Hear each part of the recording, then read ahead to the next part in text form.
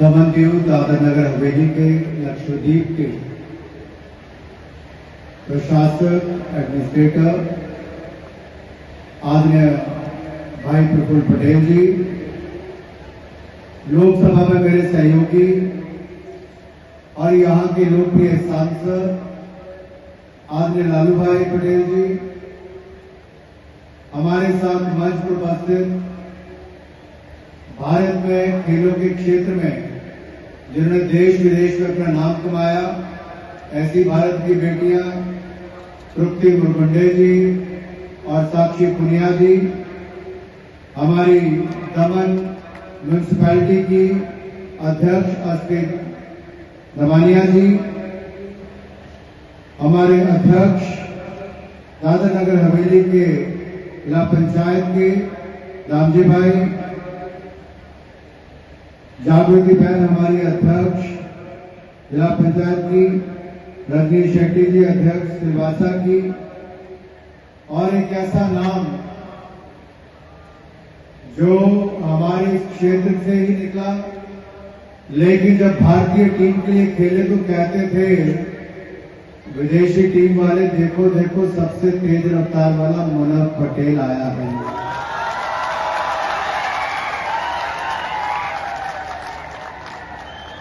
अब मैंने मुनफ पटेल की गिरफ्तार किसने देखी थी, बॉल की देखी किसने कि नहीं? जरा मैं भी आपकी आवाज की धार देखूं कितनी है सिलवासा वालों में, दमन वालों में।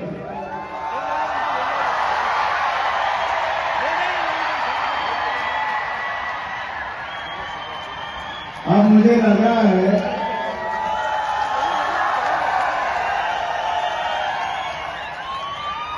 अब आवाज तो चारों कोनों से आई, लेकिन ये नहीं पता चला कौन बोला कौन नहीं बोला। अब जो मेरे साथ हाथ उठाकर बोलेगा तो मुझे पता चलेगा, दोनों हाथ ऊपर करके बोले भारत माता की। ये जो सीढ़ियों पे बैठे इनको मुझे लगता है किट नहीं मिली अभी। हाथ ऊपर रहेंगे तो हाथ खाली नहीं जाएंगे, किट बैग के साथ जाएंगे। भारत माता की, भारत माता की, भारत माता की, वंदे वंदे वंदे वंदे। एक काम करेंगे मेरे साथ, अब ये जिसने हमें स्टेडियम दिया उनका नाम क्या है? नरेंद्र मोदी। तो मोदी जी आज जम्मू कश्मीर में जहां धारा 370 थी, और जब मैं कोलकाता से कश्मीर की यात्रा पर गया था तो मुझे कश्मीर में लाल चौक पर तिरंगा झंडा नहीं फहराने दिया था, जेल में डाल दिया था। मेरे साथ के कई युवा साथी उस समय जेल में डाल दिए, लेकिन ये नरेंद्र मोदी की सरकार ने धारा 370-35A को भी सदा सदा के लिए समाप्त कर दिया। तो सिलवासा से श्रीनगर तक आवाज जाए, सिलवासा से श्रीनगर तक आवाज कैसे जाएगी? बोले भारत माता की, भारत माता की। वो मेरे पीछे वाले भाई, इनके भी हाथ उठ गए, उनके भी उठ गए, कुर्सियों वालों को, सामने वालों के नहीं उठे। कैमरा वाले मेरी बजाय पीछे और ध्यान देना थोड़ा सा, वो सामने, ताकि घर वाले टीवी पर देखे क्या करने गए थे। बोले भारत माता की, भारत माता की। मोदी जी को जय श्री राम, मोदी जी को जय श्री राम। अब लग रहा है युवाओं को और खिलाड़ियों का कार्यक्रम हो रहा है। तो सबसे पहले तो मैं ये शानदार स्टेडियम बनने पर, और कई बार क्या होता है स्टेडियम बन जाते हैं लेकिन पॉलिटिकल कार्यक्रम होते हैं, लेकिन मेरे प्रफुल्ल भाई ने इस स्टेडियम में इतना शानदार कार्यक्रम करने का सोचा कि इतने हजारों युवाओं को एक साथ दमन दीव दादर नगर हवेली के कोने कोने से, पंचायत से बुलाकर यहां पर क्रिकेट के किट बैग से लेकर वॉलीबॉल से फुटबॉल की किट दी है। मैं आप सबको बधाई और प्रफुल्ल पटेल जी का बहुत बहुत आभार प्रकट करता हूं। और जिसको लगता है ये कार्यक्रम हर साल या हर दूसरे साल होना चाहिए। और अगर लगता है ये अच्छा कार्यक्रम है तो एक बार हाथ ऊपर करके ताली बजा देना अगर अच्छा लगा है तो। फुलफुल भाई, ये आगे वालों ने तो हाथ ऊपर कर दिए, इसका मतलब हर साल होना चाहिए, लेकिन पीछे वालों ने किया तो इसका मतलब हर दूसरे साल होना चाहिए। एक मौका मैं अंत में दूंगा अगर हर साल करवाना होगा तो भाई। लेकिन सच्चाई ये है, ये तो पोर्चुगीज पुर्तगाल के समय से 500-500 साल पुराने यहां पर फोर्ट भी, रिवर फ्रंट भी थे, लेकिन कभी बने नहीं थे। दीव की बीच तो थी, लेकिन खेल और पर्यटन के लिए कभी इस्तेमाल नहीं हुई थी। जो कभी सोचता नहीं था वो भी मोदी सरकार में संभव हुआ। दीव में बीच गेम्स करवा के भारत में इतिहास बना, तो हमारे दीव में बना है, दीव में बना है मेरे भाइयों का। और हमारे दीव की बीच गेम्स की चर्चा आज देश ही नहीं पूरी दुनिया भर में हो रही है। और दुनिया भर में जो बड़ी बड़ी बीच गेम्स होती है, अब मैं कह सकता हूं भविष्य में अगर अंतर्राष्ट्रीय स्तर की और राष्ट्रीय स्तर की अगर बीच गेम्स करवाने का अवसर किसी को मिल सकता है तो उसमें मेरे दीव और दमन का नाम भी आ सकता है। लेकिन दिक्कत यह थी कि वहां पर रहने की सुविधा नहीं थी। आपने वो भी बना दी, कई और बना रहे। तेजा सिंह यहां पर मेरे पुराने युवा मोर्चा के साथी बैठे। मुझे याद है मैं जब कई साल पहले यहां पर आया, मैं 2-3 बार यहां पर आया, तब यहां कुछ नहीं था। तब हम गए बीच के किनारे भी गए। लेकिन आज जब मैं आया हूं तो अगर कोई पहले नहीं गया तो मैं कह सकता हूं बीच फ्रंट बनाने का काम रामपथ से लेकर नमो पथ तक किसी ने किया है तो ये शानदार काम भी पिछले 10 वर्षों में यहां पर हो गया। उसके लिए भी आपको बहुत बहुत बधाई देता हूं। और साथ ही साथ हमारे सिलवासा में लगभग 100 करोड़ रुपए की लागत से खेलों की सुविधाएं बन रही है। इसके लिए भी मैं प्रफुल्ल भाई पटेल को, लालू भाई को और आप सभी को बहुत बहुत बधाई और शुभकामनाएं देता हूं मेरे भाइयों।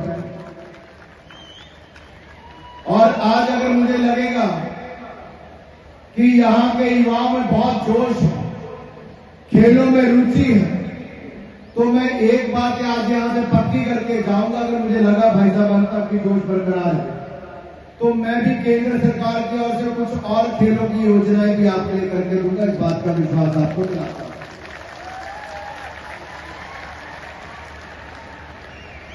अब जब हमारे पहले के खिलाड़ी खेलते थे तब टॉप जैसी योजनाएं नहीं थी।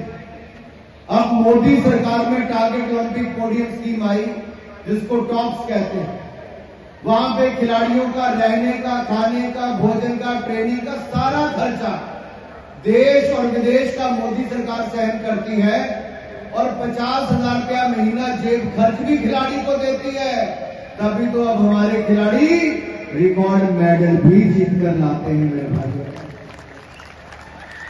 अगर मैं पिछले 2 सालों का ही आपको हिसाब दूं तो टोक्यो ओलंपिक से लेकर एशियन गेम्स तक क्या हुआ।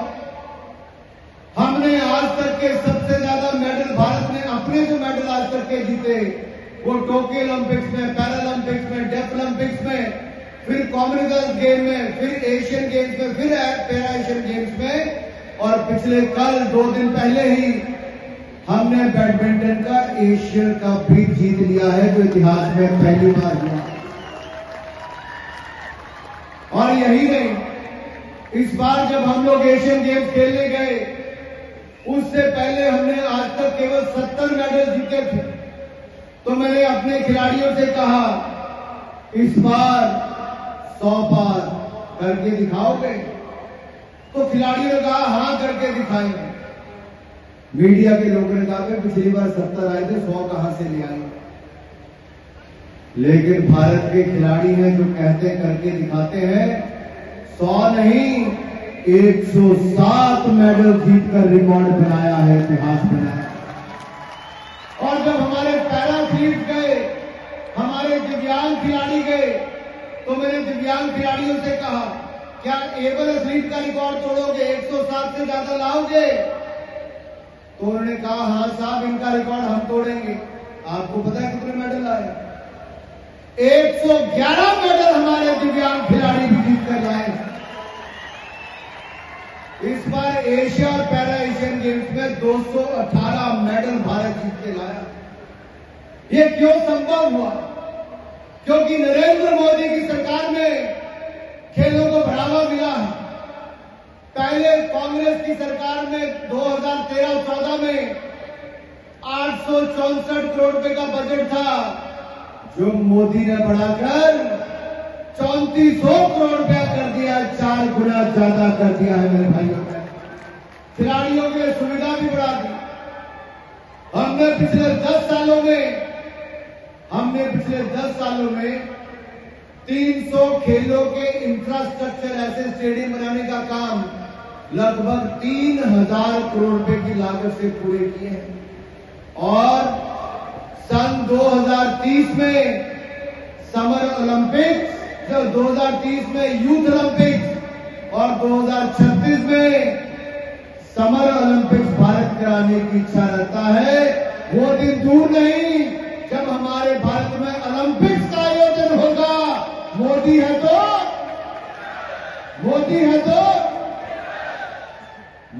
तो मुमकिन है, और ये हम करके रहेंगे। एक और भारत, विकसित भारत बन रहा होगा। दूसरी ओर हम खेलों में आगे बढ़ रहे होंगे। आज मैं कहना चाहता हूं, आज अगर भारत पहले 25 देशों में है, तो 2036 तक हम पहले 10 देशों में आकर दिखाएंगे ओलंपिक्स में, और 2047 तक दुनिया के पहले 5 देशों में भारत का नाम मेडल जीतने वालों में लाकर खड़ा करेंगे। हम धरातल से लेकर राष्ट्रीय स्तर तक बड़े से बड़े आधारभूत ढांचा खड़ा करके दिखाएंगे। अंतर्राष्ट्रीय स्तर के आयोजन से लेकर गांव में भी खेलों की सुविधाओं को खड़ा करके दिखाएंगे।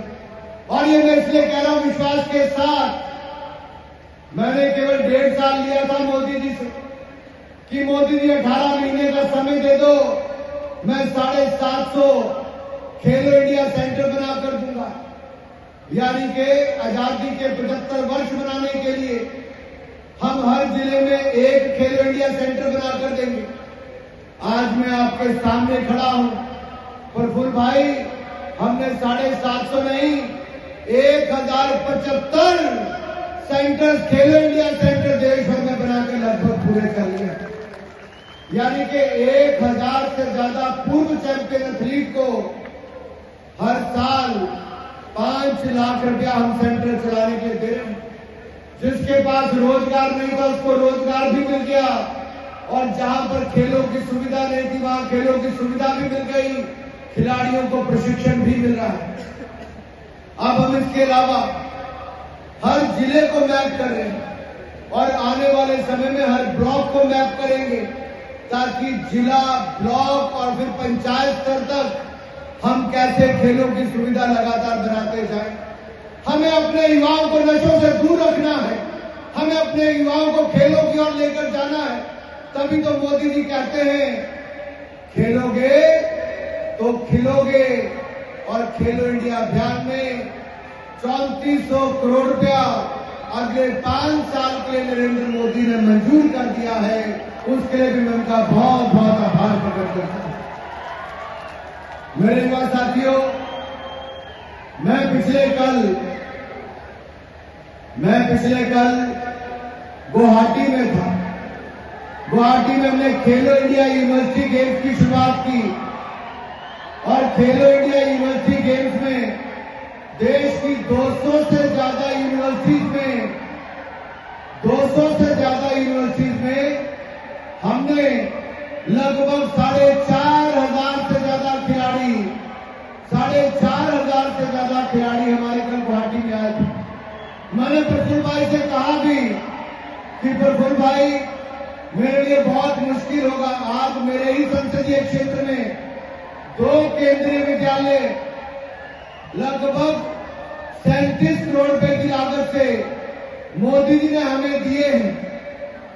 और मैं अपने संसदीय क्षेत्र नहीं गया क्योंकि मैंने वायदा किया था प्रफुल्ल भाई से, लालू भाई से कि मैं यहां पर आऊंगा, और मैं आज आपके बीच में आया हूं। मैं आज सुबह 3:30 बजे उठकर 4 बजे मैं गुवाहाटी से चला मुंबई आया, मुंबई से यहां आया हूं, और कल सुबह 5 बजे यहां से चलकर वापस दिल्ली जाना, कैबिनेट मीटिंग है। मैं आपके बीच में आना चाहता था क्योंकि दमन दीव सिलवासा के अपने खिलाड़ियों को मैं देखना चाहता हूं कि भविष्य के मेडल जीतने वाले भारत के आज मेरे सामने बैठे हैं। मैं आपके सामने आना चाहता था, आपसे मिलना चाहता था। ये जो क्रिकेट की किट मिली है, ये जो वॉलीबॉल और बास्केटबॉल की किट मिली है, ये जो खेलों का सामान मिला है, ये तो आपका प्रोत्साहन देने के लिए है, खेलों को आगे बढ़ाने के लिए है, आपकी हौसला अफजाई के लिए है। चाहे सरकार ने करोड़ों रुपए खर्च किए होंगे, लेकिन युवाओं को जब ये किट मिलेगी, वो अपने इलाके में जाएंगे तो आपको देखकर और नौजवान खेलों में आगे आ जाएंगे। और मुझे पूर्ण विश्वास है आप जैसे युवा जब जाएंगे और खेलेंगे तो आपको देखकर हमारे बहुत सारे खिलाड़ी आगे बढ़ेंगे। दुनिया भर के देशों में यूनिवर्सिटी से बहुत सारे लोग अपने देश के लिए मेडल जीतते हैं। 2004 के एथेंस ओलंपिक्स में इंग्लैंड की टीम में मेडल जीतने वाले 54% खिलाड़ी यूनिवर्सिटी से थे। अमेरिका के मेडल जीतने वाले 80% खिलाड़ी यूनिवर्सिटी में से थे। लेकिन भारत में यूनिवर्सिटी से बहुत कम खिलाड़ी आते हैं। हमने इसलिए यूनिवर्सिटी गेम्स भी शुरू की, यूथ गेम्स भी शुरू की, पैरा गेम्स भी शुरू की, विंटर गेम्स भी शुरू की, और ये सारी खेलो इंडिया के अंतर्गत शुरू की है। आज मैं कह सकता हूं, ये प्रफुल्ल भाई ने जो किट वितरण का समारोह मोदी जी के नाम पर किया है, मैं मोदी की गारंटी तो आपको खेलने खिलाने की है, लेकिन ये गारंटी मोदी जी के नाम पे मैं भी देकर जा रहा हूं। जब भारत 2036 में ओलंपिक्स का आयोजन करवाएगा तो मेरे दादर नगर हवेली, दमन दीव के खिलाड़ियों में से भी हमारे खिलाड़ी ओलंपिक्स में भाग ले रहे होंगे, मुझे पूर्ण विश्वास है। करोगे कि नहीं करोगे? युवाओं को प्रेरित करोगे, देश के लिए खेलोगे, देश के लिए मेडल जीतोगे, तो बोले भारत माता की। ये जोश, जुनून, जज्बा ये जब युवाओं में दिखता है तो प्रफुल्ल भाई मुझे कह रहे थे क्यों सुबह 3:30 बजे उठकर भागते हो, क्यों शरीर तोड़ते हो। मैंने कहा प्रफुल्ल भाई, मैं तो युवा मोर्चा के समय से ही शरीर तोड़वा रहा था, लाठियां खा के कांग्रेस के भ्रष्टाचार के खिलाफ। इन युवाओं के कारण ही मोदी सरकार आई, तभी हमारा देश 10वें नंबर से बढ़कर दुनिया की 5वीं सबसे बड़ी अर्थव्यवस्था बन गया है। और इन युवाओं के दम पर ही अब 5वें नंबर पर रुकेंगे नहीं। जब मोदी तीसरी बार चुनकर आएंगे तो हमारा देश भी तीसरी बड़ी अर्थव्यवस्था बन जाएगा मेरे भाइयों और बहनों। और जब देश तीसरे नंबर पर आएगा तो हम भी ओलंपिक मेडल में पीछे नहीं रहेंगे। हमारा कद भी बढ़ता जाएगा, मेडल भी बढ़ते जाएंगे, सुविधाएं भी बढ़ती जाएंगी। अरे किसने सोचा था कि सिलवासा में इतना भव्य स्टेडियम चंद वर्षों के अंदर बन जाए, यहां मेडिकल कॉलेज बन जाए, इंजीनियरिंग कॉलेज बन जाए, आपका बीच फ्रंट बन जाए, एक के बाद दूसरी सुविधा बन जाए। मोदी है तो ये संभव तभी होता है जब कोई करने वाला आता है। मुझे याद है जब मैं पहली बार सिलवासा आया था, दमन दीव दादर नगर हवेली इलाकों में मेरा दौरा हुआ, तो उस समय के सांसद के लिए कहा जाता था कि उग्राही करते हैं। उस समय वाले के लिए तरह तरह की बातें आती थी कि यहां पर इनका आतंक है, ये है वो। लेकिन आज मैं कह सकता हूं प्रफुल्ल भाई, मैं मुंबई से चला, वहां से यहां तक लोग यही कहते हैं, चाहे वो बिजनेसमैन हो या एजुकेशन वाले हो या आम जनमानस हो, कि हमारा इलाका बहुत बदल गया है। और इसलिए बहुत सारा श्रेय आपको भी जाता है, आपके एडमिनिस्ट्रेशन को भी जाता है। इसलिए मैं आपको बहुत बहुत साधुवाद देता हूं। मित्रों, ज्यादा समय नहीं लूंगा क्योंकि आपको ज्यादा दूर जाना है। मैं इतना ही कहूंगा, आज भी आया हूं, आगे भी आता रहूंगा। और जो हमारा, इसका मतलब ना जाऊं इतना शोर मचा रहे हो। हम लोग यहां पर Khelo India state centre of excellence, Khelo India state centre of excellence के रूप में हमने सिलवासा को चुना है, जिसमें तीरंदाजी, एथलेटिक्स और टेबल टेनिस जैसी खेलों पर अंतर्राष्ट्रीय स्तर की ट्रेनिंग आपको दी जाएगी। और इसका इंफ्रास्ट्रक्चर भी यहां पर बन रहा है। यहां पर रहने की सुविधा भी होगी, अन्य सुविधाएं भी आपको दी जाएंगी। आज हम 300 से ज्यादा अधिक प्रतिस्पर्धाओं में यहां पर भाग अलग अलग क्षेत्रों में ले रहे हैं। मेरे साथियों, मैं तो पॉलिटिक्स में हूं, मुझे तो आने का खेल मंत्री भी हूं, लेकिन बड़ी बात यह है, ये जो मंच पर हमारे खिलाड़ी आए हैं, साक्षी पूनिया जी, तृप्ति जी और मोहन पटेल जी, ये भी अपना सारा समय निकाल कर आए। तो एक बार खेल और खिलाड़ियों के जोरदार तालियां बजा दीजिए।